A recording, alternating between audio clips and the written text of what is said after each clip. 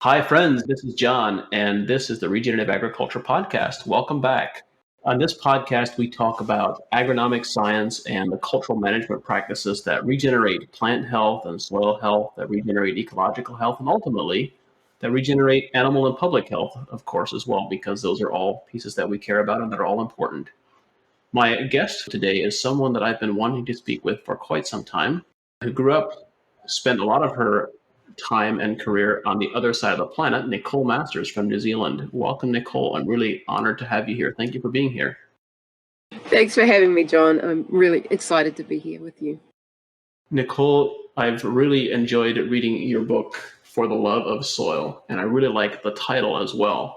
Yeah. Because I think all of us would do well to have more empathy and more appreciation for soil and for the landscape and everything that is within that landscape, because the degree that we have empathy, of course, is the degree that we are able to affect change and to influence change. Absolutely. I'd love to learn a bit more about the things that you're working on and have you share some of those with our audience. But before we go into some of those, can you tell us a little bit about your story and the context? What brought you to this work today? What are some of the memorable moments on your pathway?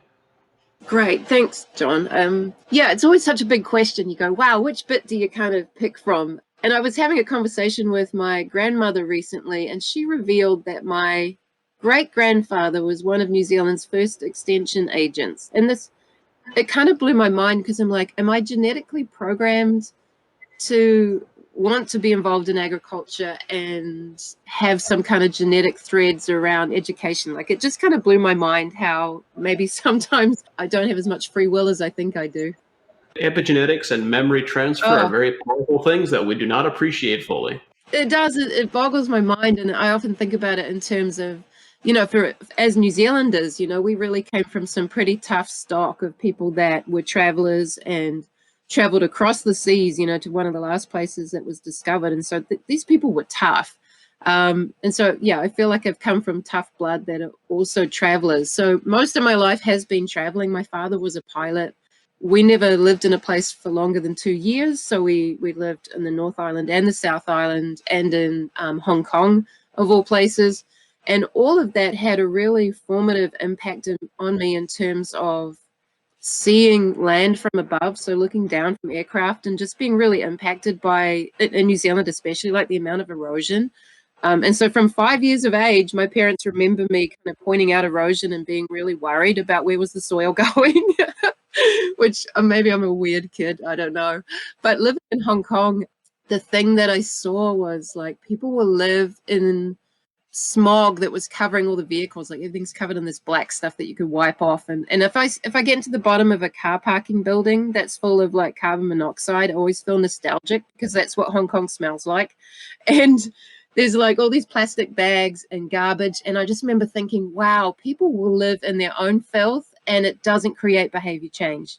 Like, what is it that actually will lead people to change? And so part of it became a real driver for me in terms of I need to speak my truth and be willing to speak up, because if we don't speak up, nothing's going to change. We're just going to go off the rails. But so when I was 25, my dad actually bought a property and said, yeah, let's do this together. He left flying and I left university. And I think it was that, what do they say? Green on green makes black and blue. It was a little bit like that, with both of us not understanding much about working with landscapes. But we restored a wetland and we planted 700 avocado trees, ran a Gelfie bull stud, and it was a very deep dive. And at the time, well, I think it's still true now, I was a single parent, and it is really hard to find work in rural communities.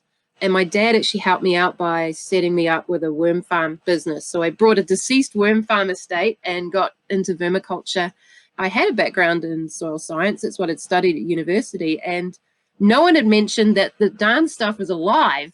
And then I went to a session with Elaine Ingham, and she just talked about soil being alive. And I'm like, nobody mentioned this, and it's such a critical part. So I started to make a vermicast product specifically for strawberry producers, for pastoral producers, and for avocados, and so catered that biologically for what we were doing and saw some incredible results. So it just seems like a journey that we never stop learning and it never stops evolving. And because I'm not afraid of traveling, here I am right now. I'm in my horse trailer in South Dakota working with the Intertribal Agriculture Council. Yeah, I'm just always in different places, living with ranchers and farmers and living in people's worlds, and I love it.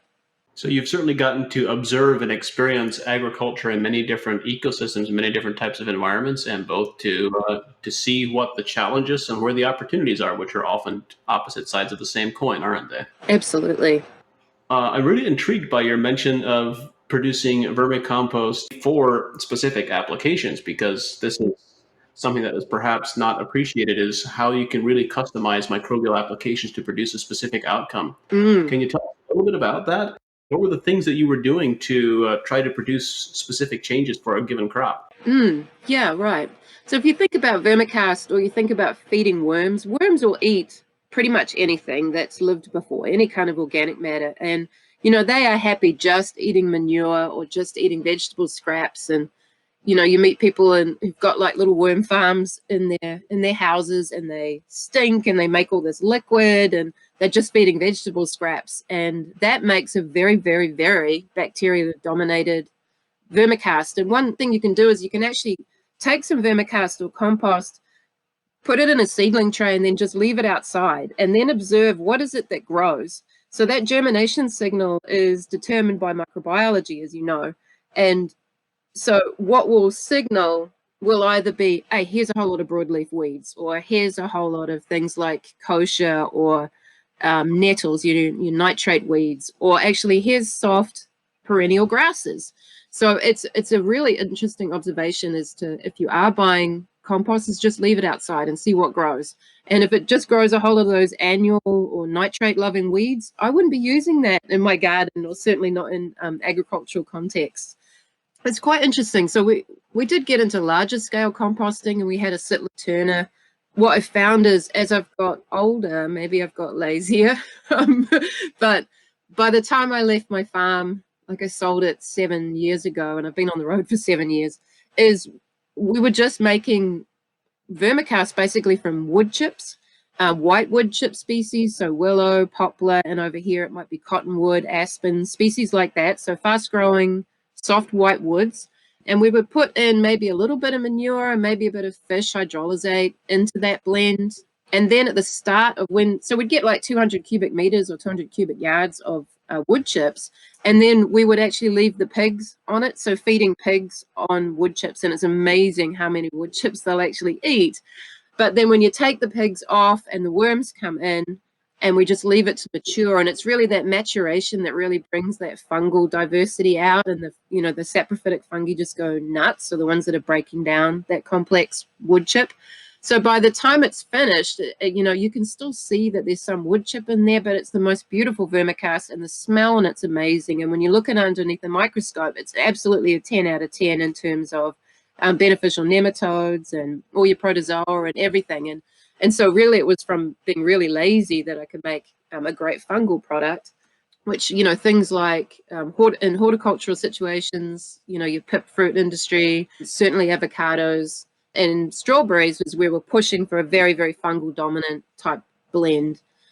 What I found was, if we were doing stuff for vegetable production, then that could be the vermicast that we harvest earlier.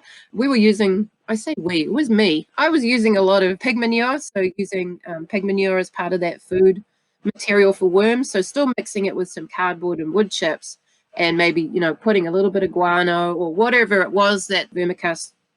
I don't know. It was a lot of intuition, actually, John, that I think about it.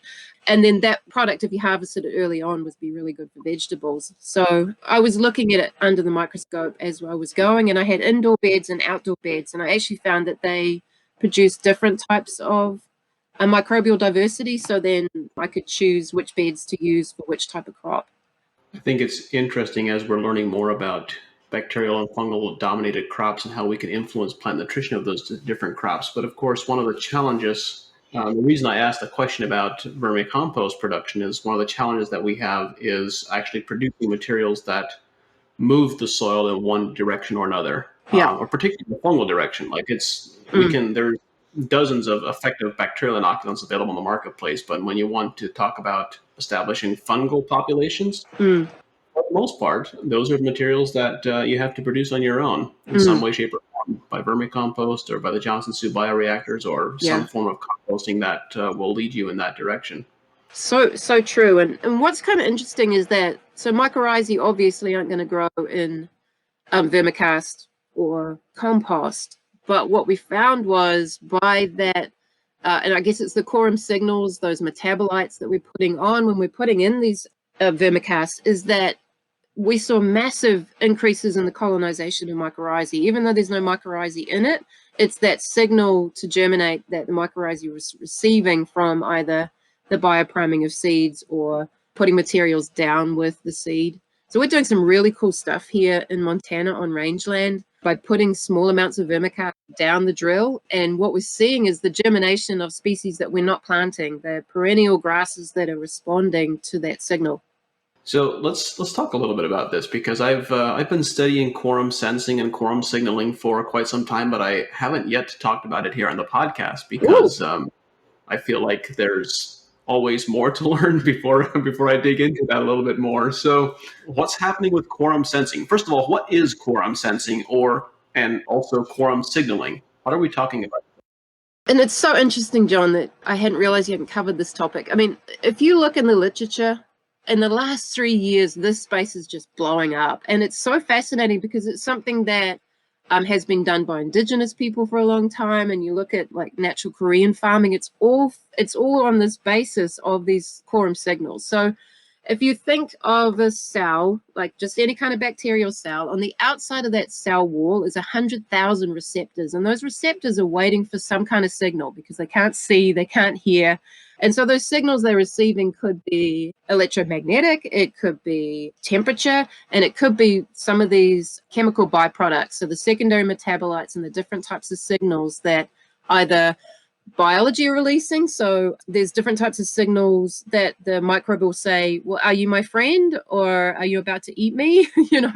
So they can recognize each other. And there are organisms that will actually send signals to try and pretend to be a different type of organism so they can blend in, or they can signal to each other to hunt. So they saw this really cool example of this where a bunch of protozoa actually hunted down a nematode like wolves chasing down its quarry, and it's all based on these signals. So quorum sensing literally means that you have enough organisms to form a quorum of agreement. So we have enough organisms and they get to a certain critical moment and now they switch on that gene expression in that organism. So that might be for bioluminescence, or it might be for biofilms, or it might be for virulence. So you might have these organisms in your body and you're not sick, and then they reach a critical threshold, they send a signal, now they go virulent, they start to produce very quickly, and now you're sick.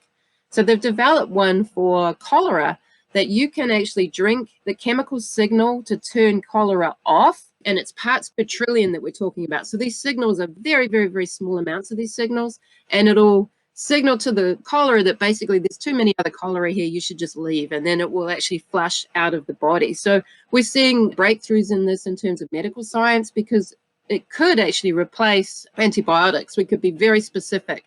Now, what's interesting about the cholera signal is it was the same signal to turn off botrytis in a plant.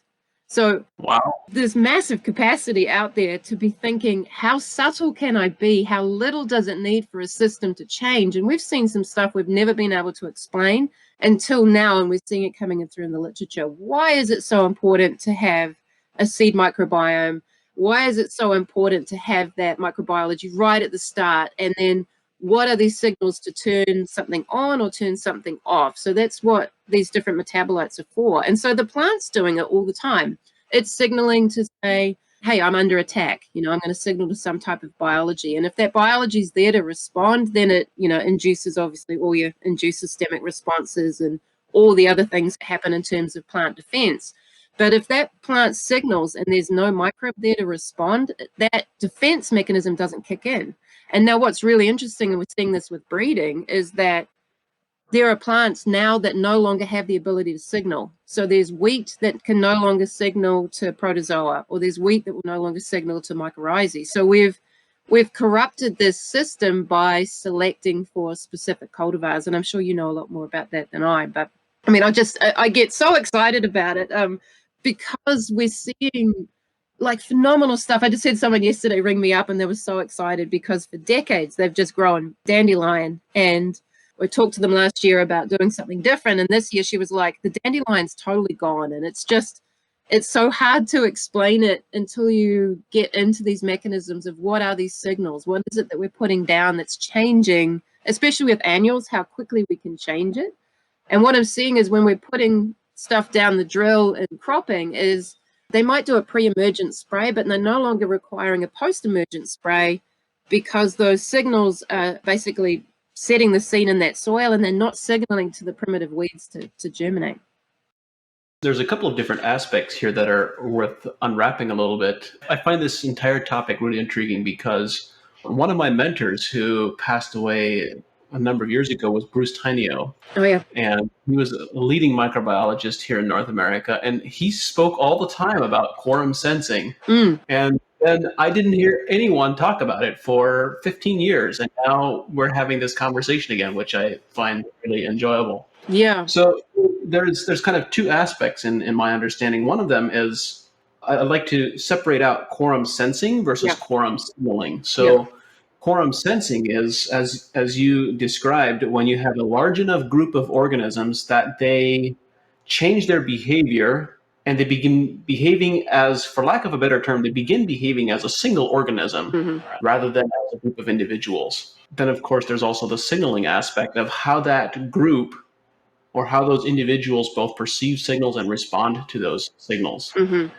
So you've been talking about germination of different crops and signaling for defense mechanisms and weed seed development. But it's really interesting how we all know that we can have a large bank of a certain weed seed in a given soil profile, but it doesn't germinate. And there has never been particularly good explanations for that. There have been some people who've talked about, describe the nutritional profile, say when you have a certain nutritional profile, that influences the weed profile. But we all know that there's more to the story than that. Yeah. So I love you spoke about that a little bit, but can you give us some examples of specific case studies of what you have done to produce differences in weed populations? Yeah. It's probably the thing I'm most fascinated about in terms of the soil is because it's so obvious above ground. And I often think of it like being someone's fingerprints. You can kind of see what someone's been doing across a landscape by the different types of plant communities that are growing.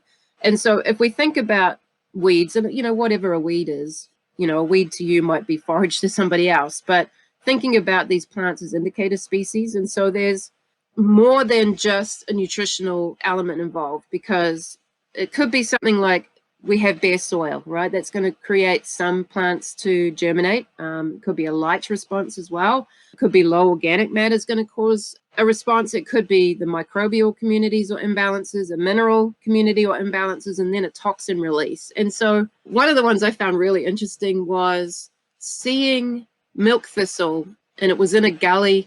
You guys say gullies, coulees, gulch, I don't know. And it was only this one place on this whole farm where all this milk thistle was growing. And I said to the farmer, what's under the ground there? Why, that's interesting. And he said, oh, it's an old dump and we have a whole lot of batteries in there. So the batteries had been leaking and this milk thistle had responded to it. And then the second time I saw milk thistle, I was on the San Andreas fault line. And all along that fault line, as far as you could see, was milk thistle. And I'm like, that's fascinating. I wonder what's happening. And then of all the things, I sat on a plane next to a woman who was a nuclear scientist.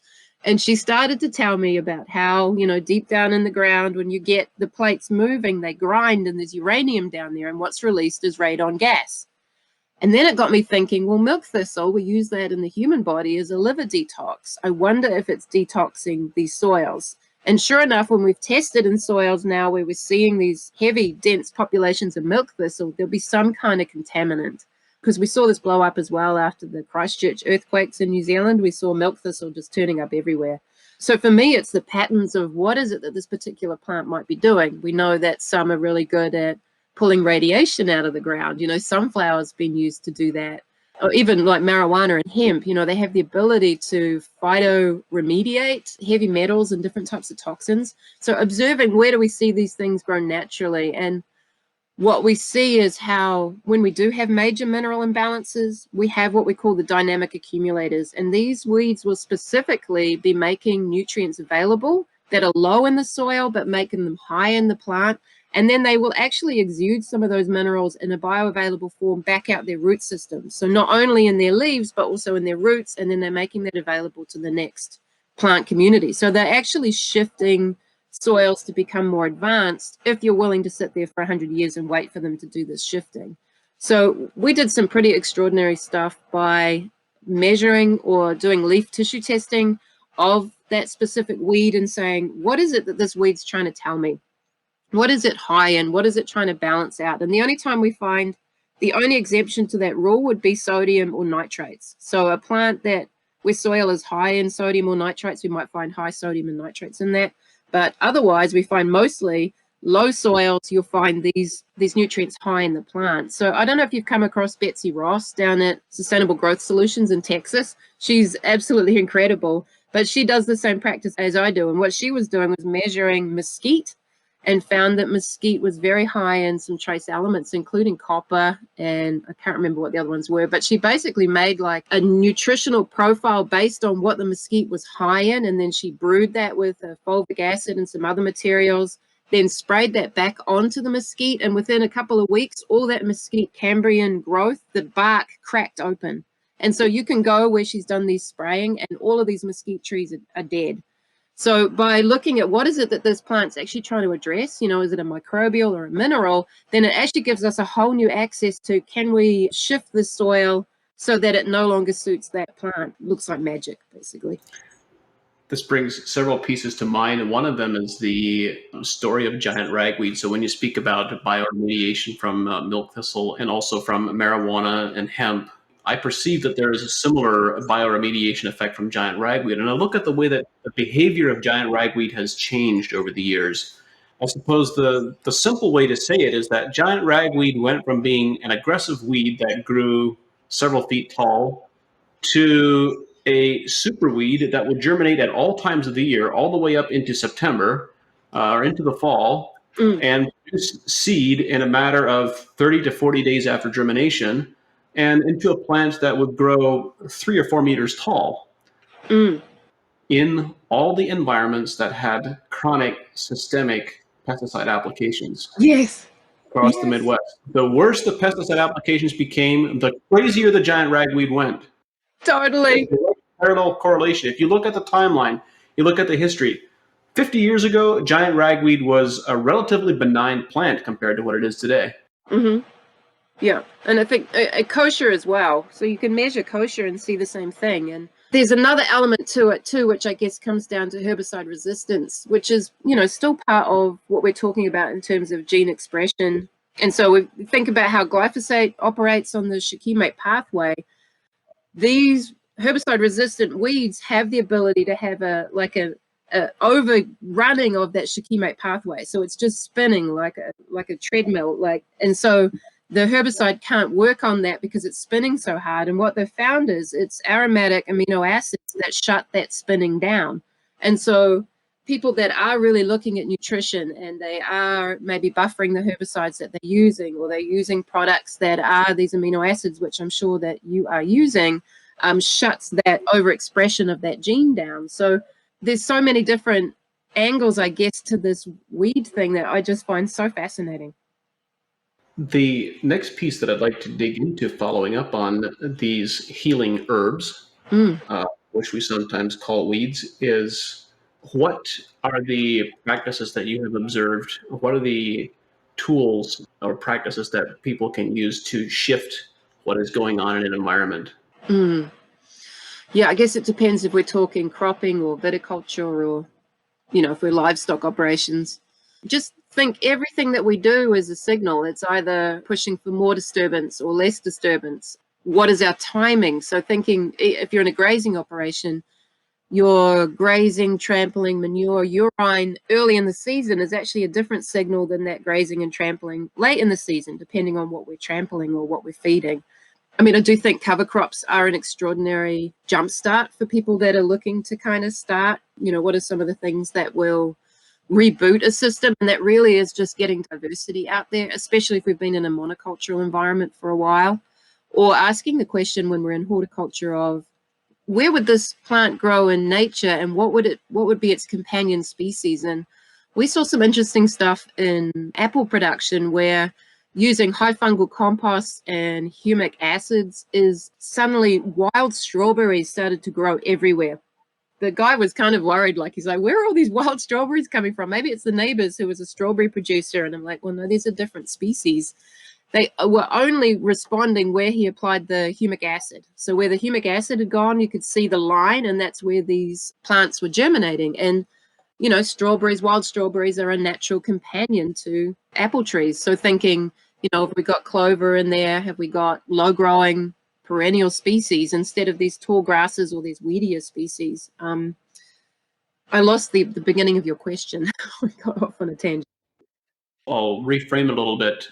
You mentioned how application of vermicompost in a drill has caused different plants to begin germinating. So my question would be, what are tools or practices that farmers can use to kind of jumpstart and shift the microbial population in a different direction?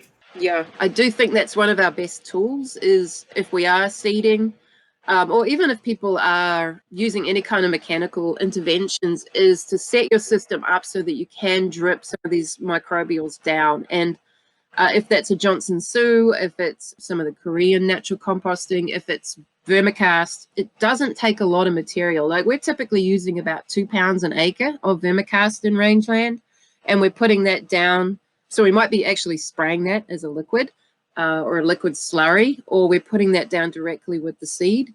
And then what that does is, especially if you can coat the seed first, that's going to give that seed a competitive advantage, because a lot of people are concerned, obviously, about sowing into existing pasture. But that biopriming, so that's that coating of that seed with some of these diverse extracts, really sets that plant up for success, and it buffers it against any issues around, let's say, aluminum. See my good American pronunciations. Aluminum or sodium. It's not aluminium. Come on. No, I try. People don't know what I'm saying if I say that. Or, changes in pH or anything that's really going to affect that plant's success in germination, is we can get these extracts down at very low rates. And then what it's also doing is waking up a dormant seed bank. So I think Diane Ian Haggerty in Western Australia, many of your listeners have probably heard of them, just the most extraordinary cropping operation over in WA.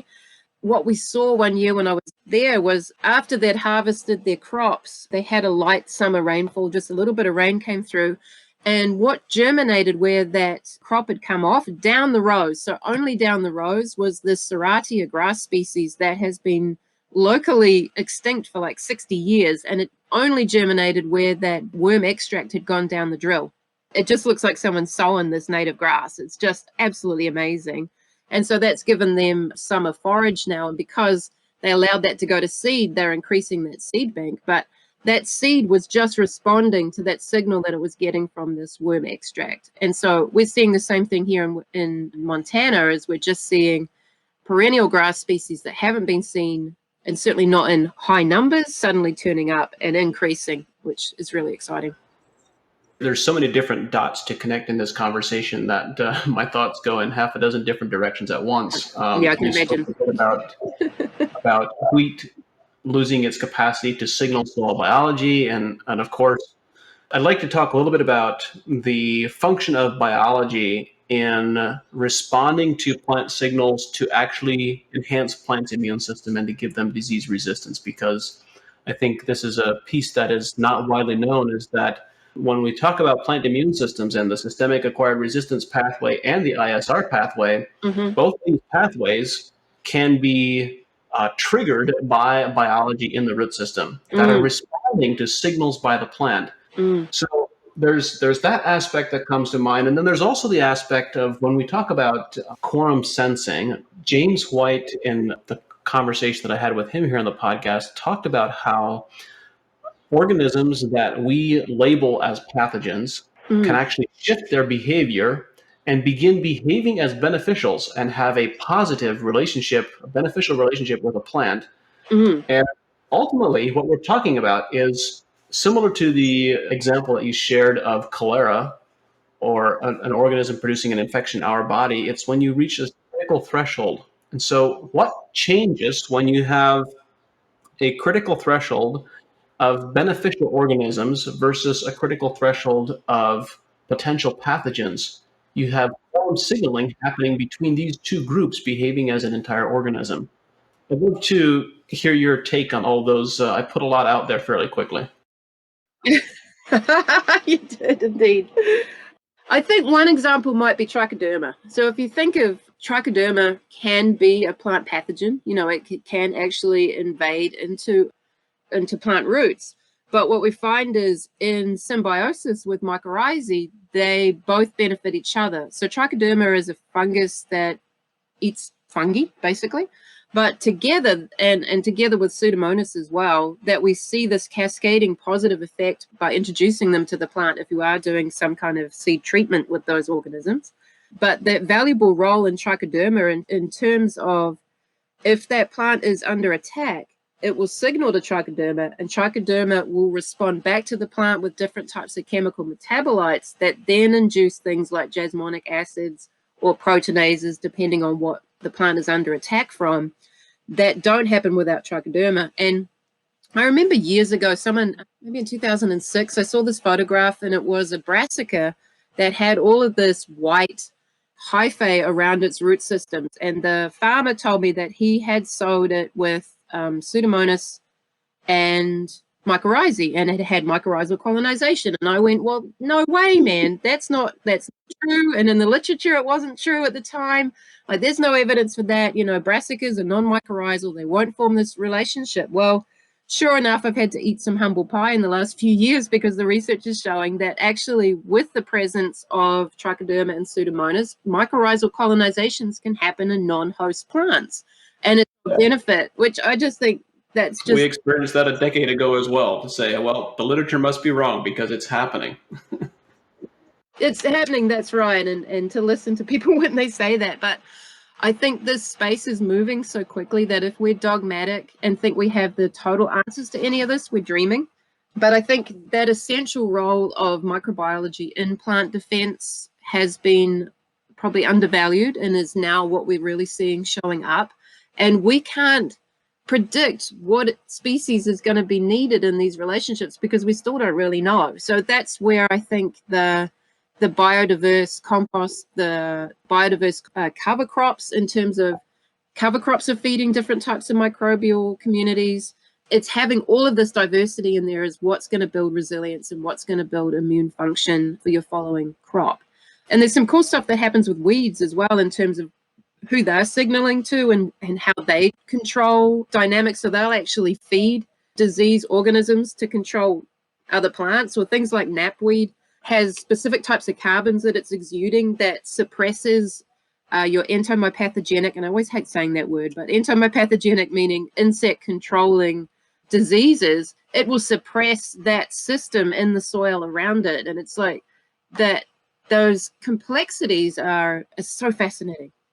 They are really intriguing. You mentioned a little bit ago, and I referenced it as well, you mentioned that some modern wheat varieties are losing their capacity to transmit signals to soil biology to signal that they are being infected. Mm-hmm. Yeah. Can you tell us a little bit more about that? Well, I mean, I think that anytime we're breeding for some single trait that we're wanting to select for, people know this in breeding cattle or sheep, we create unintended consequences when we start to do that. And so there really hasn't been a focus on root systems or this vital need that, plants have evolved to have these relationships. And actually through breeding, we've switched off those genes that will signal to mycorrhizae or switched off the genes to communicate. And it's been interesting talking to plant breeders who are starting to realize what they've been doing has been undermining resilience. It certainly undermines nutrient density of what we're growing, because it's just like in our gut system. If you think, 90% of serotonin is produced by gut microbiology. They're now saying 100% of immunological disorders come from gut dysbiosis, and the same is true for soil. So if we undermine all of this different types of microbiology and signaling, we basically have gut dysbiosis in the soil, and then that's going to affect the quality of what we're producing, because we now don't have the hormones or the enzymes or the vitamins coming through to that end product, and as a result, we're basically growing garbage, and garbage that's then signaling to insects and diseases to clean it up. So if you think about it, if you were a seed producer and you were supplying fungicides and pesticides and herbicides, it's the perfect sales model, because here, use this product, you're now going to need this product, and then you're going to need that product. And what we're finding is we can set plants up for insect resistance by getting these biopriming on the seed, basically, and setting that plant up nutritionally, if that's what the problem is, or some of these natural, like the entomopathogenic fungi, for instance, won't live in soils that are really, really compacted and have had high chemical use. So those natural organisms that control insects that are in the soil, so they actually live like endophytes. So these fungi are inside that plant root system. So if something comes to chew on it, they'll infect it, and when that insect dies, they actually go out and they bring that nitrogen back into the plant, or that phosphorus or whatever's inside that insect, and then supply that to the plant in exchange for living inside its root systems. So if we change that signal and we're messing with that plant, and it no longer allows an insect, like an insect control vector like that, into its root system, we're basically undermining that whole plant. So there's another pathway, another mechanism for us to produce insect resistance in the soil, for wireworm and corn rootworm, for all these larval insects and so forth. Totally. We dug some holes once, and it was in a kiwi fruit orchard, and like they'd used so much chemical, like you could smell it coming off the ground, and it was all covered in like slime molds, and I didn't even want to dig a hole. And then when we dug holes, there was like in a spade, shovel by shovel, we counted 20 cicadas. And that was all that was in that soil. There wasn't any earthworms, there wasn't anything beneficial, and it was like through all that chemical use and compaction and loss of mineral cycling and organic matter, we create the conditions for insect pests. And then we're in a monoculture as well, so we don't have anything else growing, and off the thing runs rampant. So we really do see a big relationship with compaction and your redox potential with insect pressure.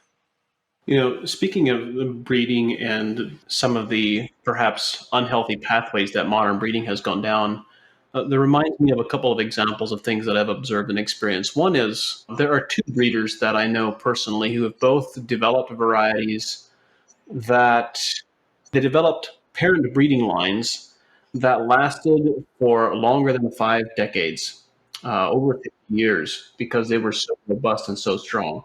And these two different breeders were working on completely different crop species, but they shared one characteristic in common, that their breeding and their breeding work, they focused specifically on developing vigorous root systems and large vascular systems. So large, strong pipelines and large, robust root systems. And their parent breeding material was so strong that it is still being used today, 50 years later. And that, to me, perhaps gives us an indicator of some of the directions that we should look at and go down in our breeding work, rather than focusing exclusively on specific quality characteristics or whatever the case might be. When I think about wheat losing its capacity for signaling, when we think about plants from a biophysics perspective rather than from a biochemistry perspective, then we recognize that a plant is essentially an electrical antenna plugged into a magnetic grid that we call the soil.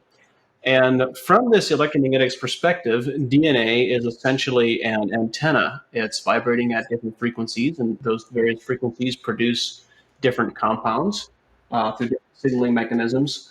But what has happened with wheat is more the ancient parent wheat genetics. When we used to have wheat that was 5 feet tall, 6 feet tall, had 18 chromosomes. And as a result of mutation breeding to develop short, sturdy wheat varieties that don't lodge, modern wheat now has 44 chromosomes. So it is genetically bears no similarity to original parent wheat, or I shouldn't say no similarity, but very limited similarity. And So when you look at that from a biophysics perspective, you say, well, this plant has such a dramatically different plant genetically that it's no surprise that it can no longer signal biology the way that the parents used to be able to. Mm. Although you'd wonder, with all the extra chromosomes, shouldn't that give it more opportunities to click into something else? And I think that's where we're seeing more of this focus on epigenetics in breeding, if that's animals or plants, is people realizing, that 5 generations impact that you can have through breeding. And I wonder if potentially that could make wheat even better in terms of being able to adapt, because you've maybe built in some more adaptability than it would have. But yeah, I think the epigenetics is getting more and more focused now, and I'm hearing more producers talking about it, or even if they don't know that they're talking about epigenetics, that's what they're talking about, which is, how can you grow a plant and stress it intentionally for, heat or cold or wet or dry or low nutrients, and then continue to breed that plant that then has that expression, so that plant has the ability to kick in and survive when things go wet or dry. And I think with what we're seeing globally right now is we need to be thinking more about resilience. And I don't think you need to be necessarily buying seed from somebody to be doing that. But what is it that we're doing with our own cultivars or our own livestock to set them up for resilience? When you speak about the capacity of additional chromosomes, what appears to me to be happening is that the antenna functionality shifts from being a resonant antenna to becoming a dissonant antenna. And it's no longer resonating well with the entire ecosystem. And so you actually produce signals in the ecosystem that we probably don't very well understand at this point, or largely because we don't know about them and are not measuring them. But there's one example that comes to mind that I think speaks to this. This is actually a cotton grower that we have worked with who has noticed very distinctly. He's working with both Roundup Ready cotton, and then he has some cotton that is both Roundup Ready and BT and might have some other traits in it as well. I'm not entirely sure. But he has kept these different cultivars on separate soil. He has not rotated the different cultivars. And so the soil that only has the Roundup Ready cotton has a very distinct weed profile.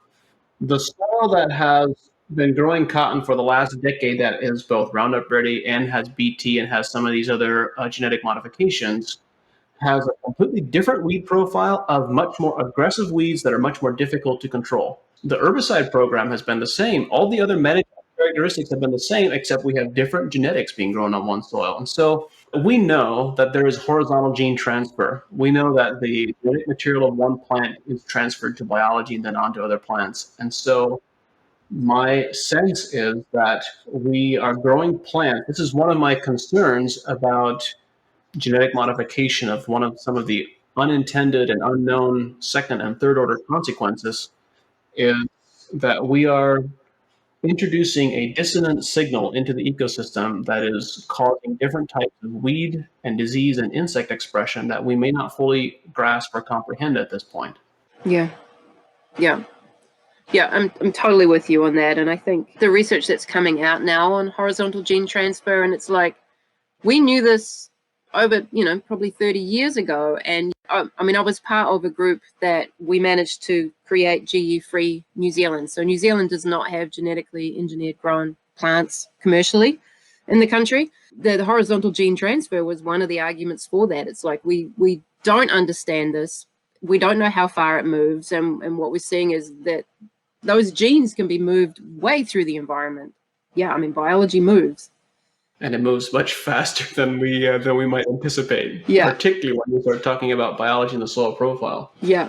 Anyway, coming back to our conversation about signaling and biology and the impact of biology in shifting this profile, producing disease suppressive soils, you mentioned a term that is not yet widely known, I think, at least here in North America, and that is biopriming.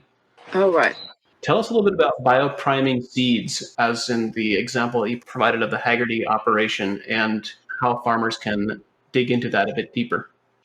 Yeah, and what I like, my passion is, how do we reduce inputs and basically have closed loop systems on farm or ranch? So that's been something that I've been really passionate about for a long time. So biopriming is very simple in terms of, we're just looking at coating that seed in some kind of diverse microbial inoculant or extract. So the Johnson Sioux, which, looking under a microscope, I see that as being very similar to vermicast, good quality vermicast. Some of the compost, some of the natural Korean farming forms, and there's commercial inoculants obviously involved too. Basically, we see more rapid germination. I just had a client send me through a whole lot of photographs that he's doing in Australia with a GRDC project, which is pretty exciting to get the conventional grain guys on board, and looking at how much faster we see root development on seeds that have been bioprimed. And, you've probably had this too, John, is someone will call you and say, my crop's not up yet, but the neighbor's crop is, and they're panicking. And I'll be like, well, dig a hole and take a look. And you'll find that, you've got 2 or 3 inches of a root system before that shoot's even popped up above the ground. That happens from these biological signals, basically. So all the different metabolites, all these things that microbes are exuding by getting that extract, and again, it's parts per trillion onto the seed, is setting that seed up.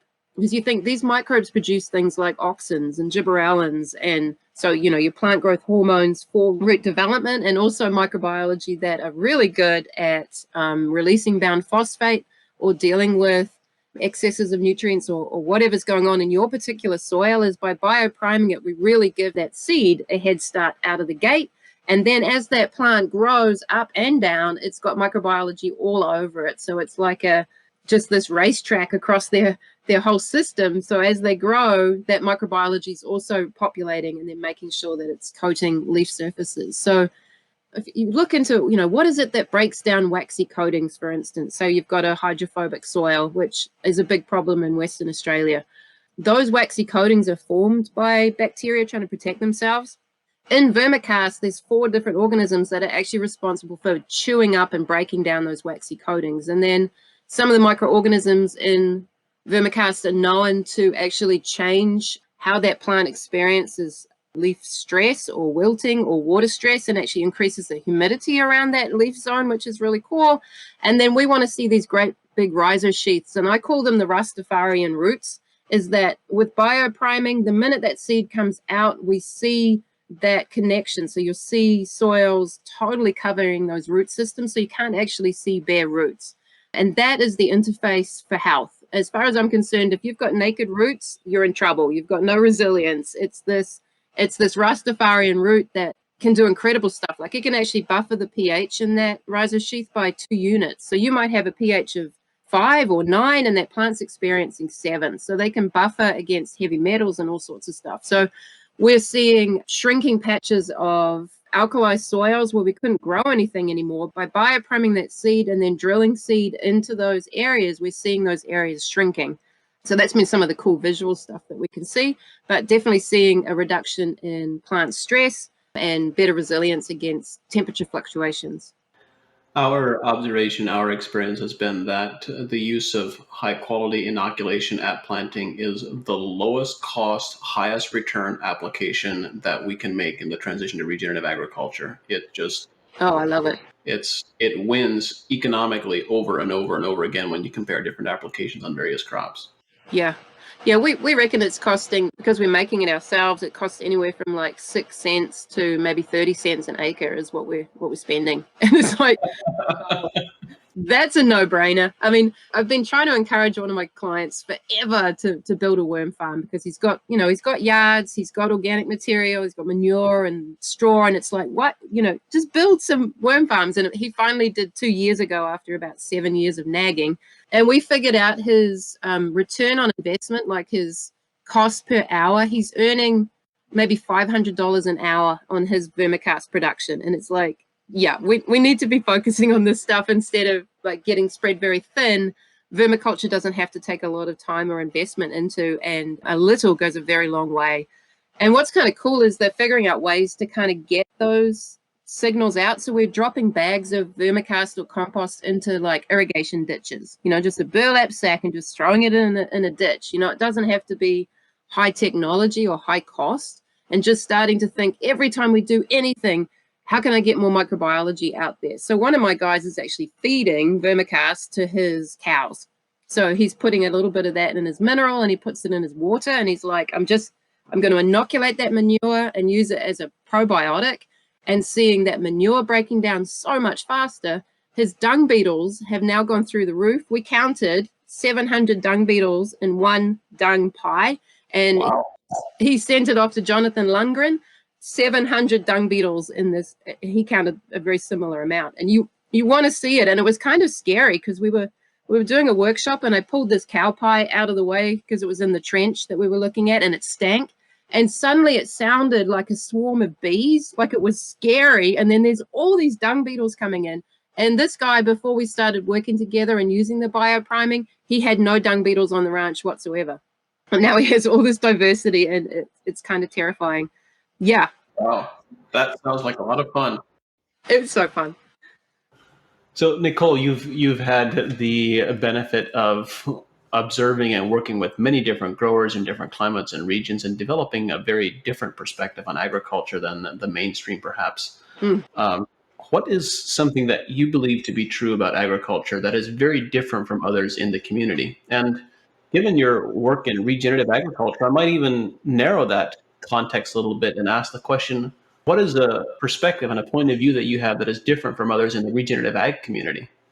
Oh, very good. I have a strong background in adult education and systems thinking and organizational learning and extension. So I think for me, a lot of the time I come back to who are we being in this space? Like our observations and our actions are given by who are we being about whatever's happening. And what I find is that world of being shifts when people enter into regenerative agriculture, because you go from being someone who's about control and dominance, about having things look really, really pretty and whatever you think pretty looks like, to being someone who's willing to step outside of the norm. And that is one of the most challenging things that we can do. But if we just reach for a practice, if we just reach for a cover crop, if we just reach to, hey, I've got the answers here, we're back into that industrial mindset. So for me, the mindset stuff is probably the biggest part of my work and the stuff I'm most excited about. And we're doing some pretty big, I guess, behavior change type programs that we're seeing some incredible success with. And so I think for me, I'm really deeply rooted in the sense of being, and that being also means, where are we response able? Where are we accountable for ourselves and our lives and our landscapes? And like, for me, there's no separation. So I see that inner landscape so reflected in the outer landscape. Like there's no separation. We're seeing degraded, parched dysbiosis across the world, and we're seeing that in people as well. And so I think I kind of connect a lot of what's happening with people, with the land. And I'm really interested in that angle. I've had conversations with people that blown my mind, but I can really see how that has shifted someone's entire world in terms of how do we look at land and how do we interact with it. And I came across something recently that I wanted to share with you, that I was reading this book called The Longest Echo. Sorry if this is a trigger warning for some of you, and it was about World War II and during like the German genocides, and the true story is based in Italy, and basically these SS agents come in and they kill all the women, children, grandparents, everybody. At the end of the book, they were looking at, what happened to those SS agents after the war. And what they found was, those people, many of them were very educated, they're very intelligent. They went back to having normal lives with their families and settling down. They didn't continue to be these mass murderers. And they looked at 100 different case studies of people that went to court for atrocities. And they're like, were these people threatened with their lives? Were they threatened with something equal to what they were going to dole out? Was it going to be a horrible punishment if they didn't do these terrible things to people? And what they found was that was not the case. And so her take home was that, I'll just quote you this, that there's a simple truth. It takes unimaginable strength to be different. To break away from what your peers are doing is one of the hardest things for anyone. That those people, the SS agents, were more concerned about fitting in and doing what everybody else was doing and worrying about what the neighbors would think. And it's one of the most powerful things around behavior change. And we can use that for good. We can use that talent because people are concerned about, especially in agriculture, what do my neighbors think? And so I'm working with a producer right now he's very humble, he's very kind. He's doing a great job with his land. I mean, you see the water sink into his property. You see, really, really healthy livestock. He's just doing awesome stuff. he doesn't tell anyone else what to do, but he talks to people quietly. We've done quite a few workshops at his place, and we calculated in a 10-mile radius that 50% of his neighbors now are running regenerative adaptive grazing management. And so my take home from all of this is we need to speak up. We need to be willing to be at the pub or the saloon or wherever you hang out and start speaking our truth, because it's our truth that's going to make the difference here. It's sharing our own personal stories and starting to communicate what's working well for us is what changes things. It's not data. It's not having more information. It's not more trials. It's us being willing to communicate. And this is what I'm seeing with the Quorum Sense group in New Zealand, is this extraordinary network. They're on a WhatsApp group. They share their stories. There's no dogma. And I think that's what I love about regenerative agriculture. This is not dogmatic. If you want to do a certain practice, you do that, and sometimes you might use antibiotics. Sometimes you might be using herbicides or whatever. That there's this space that we are all working through this and doing the best that we can do. But through sharing our successes and our failures, we're creating this world that's actually changing really fast, John, and I'm very excited. Yeah, one of the thank you for that perspective, that review. I completely agree with you that it is up to each of us to help create the change that we want to see in the world by speaking up and by making our voices heard. And within that context, there is a quote that I've shared many times with our team here at AEA, and I've even talked about it occasionally. It's a slight paraphrase of a quote from Otto Scharmer, who's a MIT researcher on systems change. The quote is, "The outcome of an intervention has nothing to do with the skills of the intervener. It has everything to do with the place within from which the intervener comes." Yes. Yes. And so when you think about that, when you think about having empathy for the landscape, having empathy for our neighbors who have a different perspective than we do, who haven't yet heard the things that we've heard, they haven't experienced what we've experienced, it's when we are able to truly empathize with people and communicate from that place of empathy that will determine our ability to actually make a difference. Yeah. Yeah. Yeah, I'm totally with you. And I think sometimes people feel like, who am I in this space, or who am I to speak up, or, I'm just doing this small part. And it's like all of those small parts of what's making the whole. And I think don't undervalue that. And yeah, this has been my joy, I guess, of being able to live with people. So I live on the road and I live in people's houses with families, is that empathy is so important because we all have these different challenges going on. And I think no matter where you go in the world, people still care about the same things. They care about their families. They want to be healthy. Those relationships are the most important part. And it is too easy to focus on, the wrong and right, when there's no wrong and right in this space at all. Yeah, it's just a journey of discovery. Yeah, painting things as wrong and right and negative or positive or black and white is generally not very helpful. And I'm thinking specifically about till versus no-till in that when I make that statement. Yeah, I think one of the biggest fights I've ever seen was with a group of biodynamic practitioners. And it was so funny to be an observer of. The minute we start to get really like, it has to be this way, that's where conflict arises. And I think we've just all got to be open to, what works well for you. And I think that's the context thing that's so important is, we can read something or see something or hear something that, so-and-so did this in Argentina and it worked really well, and therefore it's going to work well for me in Alberta, Canada. And I think always, this is what I love about this space, is it is innovation. And this is why I'm really resistant to this idea of like, we're going to say what regenerative agriculture is, because for me, the only way to frame it is through its outcomes. Are you improving wellness? Are you improving water infiltration? Are you improving the quality of what you're producing? Instead of, regenerative agriculture must be these things, because it's an incredibly innovative space right now and it's a lot of fun. This is really intriguing because I've not had this conversation publicly yet. I'm intending to write a blog post about it in the next week or two. But I share your sentiment that regenerative agriculture should not be defined yet, maybe never. And the reason I have that perspective is because, first of all, if we have the desire and I think we should have, to have regenerative agriculture become mainstream globally, then that by default means we have a desire for regenerative agriculture to be inclusive, to not have people who are in or out. And we also need to recognize, as you pointed out, that regenerative agriculture is not the destination. It's about the journey. It's about a journey of constant improvement and constant further development. So I think one of the challenges, one of the reasons organic agriculture, organic certification has not been more widely adopted is because the moment you create a standard and a certification where there is an in group, and there is also by default an out group. And that is not a situation that we wish to see in regenerative agriculture, at least for the foreseeable future. No.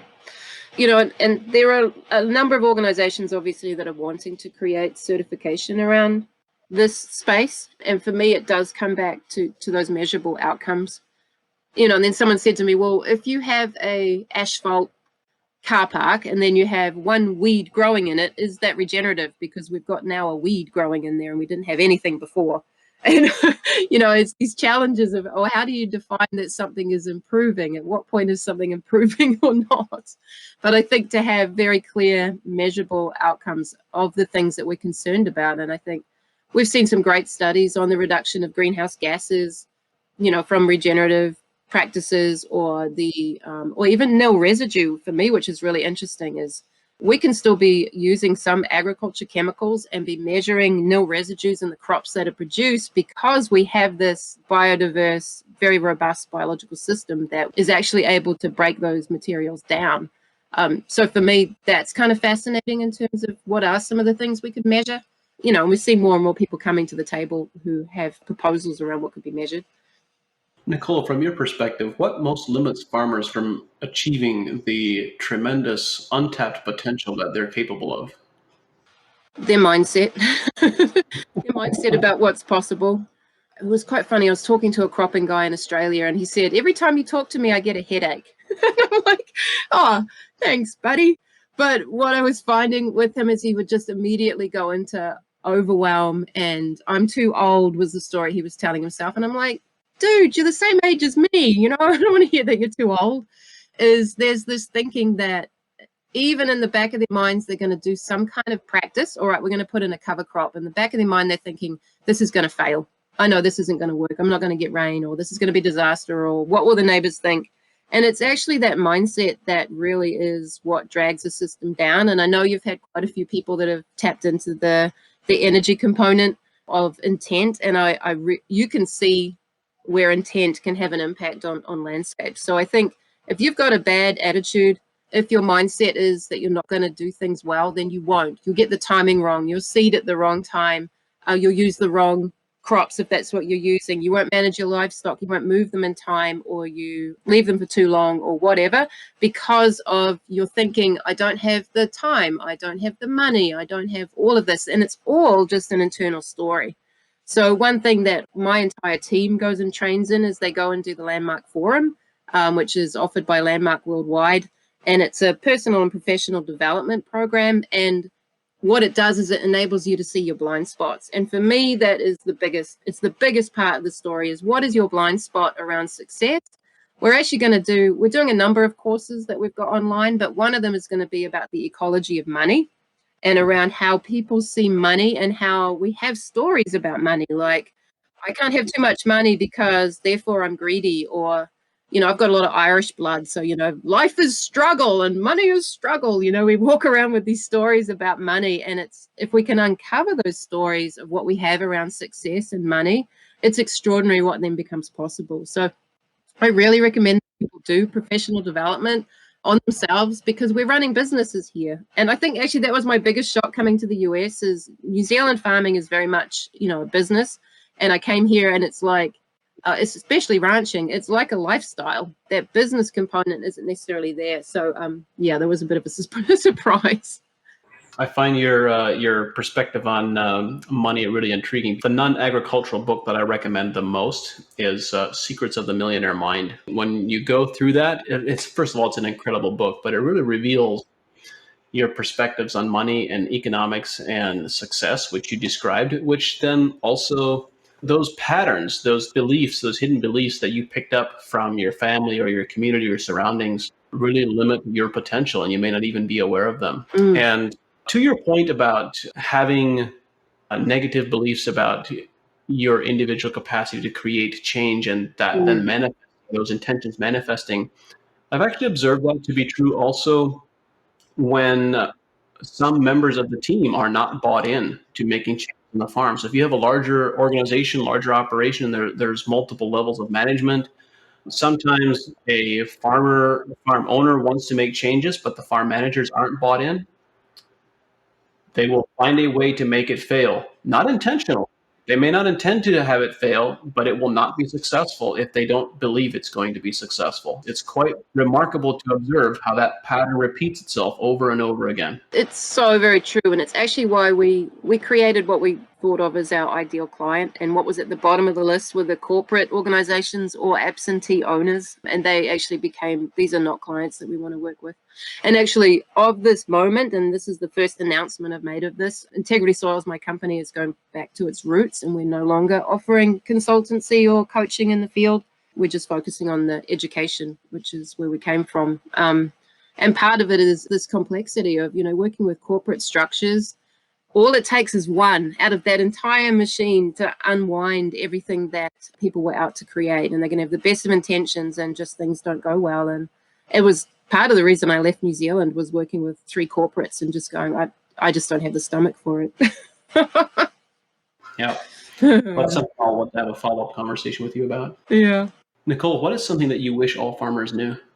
Something I wish all farmers knew is, oh gosh, there's a few things, but I think that to really recognize and celebrate the contribution that we are to the planet. I mean, what are we up to now? Like 98% of the world feeds upon the 2% on the ground. And, what we are doing is growing food and growing extraordinary food. And I think if you keep that in mind of just that beautiful creation that we're involved in, it becomes very hard to do some of the inhumane practices that I see on some farms, or it becomes very hard to go, I'm going to do this desiccant, this chemical desiccant. I hear from some producers how they grow their own organic food behind the house, but they would never eat their own food that they're producing. And I think to remember what it is that we are producing and to keep honoring that, because if we all get back to that, then so much of this becomes abhorrent. We can't be producing this chemical-laden industrial food anymore. Well, it's not even food, because we are holding everyone's health in our hands, the health of the planet and the health of the people. And yeah. So interesting. I've heard that sentiment expressed as well, that we're growing our own separate patch of food for our own family. Yeah. And that food that we would not, the stuff that we are growing that we would not consider feeding to our family. Yeah. There's a very good probability we're feeding that to our future sons-in-law or daughters-in-law. Yeah. Yeah. That will become family. So we do have a larger responsibility. Yeah. Yeah. And I think, especially when we see what's coming out in epigenetics around fungicides and pesticides and the effect on grandchildren and great-grandchildren, is we've already set this wheel in progress. So how to, kind of halt it now. We have an opportunity to halt that now. And like, we used to produce, just a small number of lambs, and we had lamb farmers come and buy lamb off us because, they're spraying fields out with glyphosate and then feeding lambs and ewes on it. They know what they produced didn't taste as good. And I think if you're not happy eating your own food, you should really be questioning what you're doing. What is a topic that you would like to speak about more frequently, but you hesitate because you sense farmers may not be ready to hear it yet? Oh, you're good, John. Yeah, I think it's a conversation that's opening up more and more. And I think particularly, it's part of why I am a good educator, because I feel like I'm a good educator, is that I listen to people. I listen to their body language. I'm listening to all of the nonverbal signals. And it's the same on landscapes. So I'm listening to land all the time, from animals to hearing things. And what's been interesting is how more and more I'm hearing the land speak. And I was really reluctant to share that. And so like last year I was on Older Spring Ranch, which I highly recommend people go and look up. And I spent 2 months out there. And they practice what they call in-herding. So they're basically moving cattle like the bison would have once moved. And I look back over my shoulder, and what I saw coming over the hill was bison, but it wasn't, there were no bison there. And I felt them come past me, like I could actually feel their fur and the wind move and hear the sound. And then I heard this voice very clearly say, "We are so grateful that you are here," like the people, like the ranchers themselves. And so I went, I was kind of embarrassed, and I was like, "Hey, this is going to sound really weird, but I need to tell you this." And so, yeah, the rancher himself got quite teary, and he's like, I know. And how much of this we actually know. We know that the land is grateful. We know that the animals are grateful. And there, I've gone and shared it publicly now, but I feel larger from that experience, like my chest and my whole body expands when I'm in that space of just deeply listening. And so this is why it's weird these days for me to do podcasts, because I'm feeling like it's not a time for me to be speaking, it's a time for me to be listening. And I think that's what's coming out of COVID is we've kind of grabbed onto this commodity of knowledge, and we're consuming information at this rapid rate. And what it's creating is more and more overwhelm, more and more sense of like either we're stupid or we don't know enough or we got to learn more. And we're filling up this bag when really it's time to be still. COVID is asking us to just stop.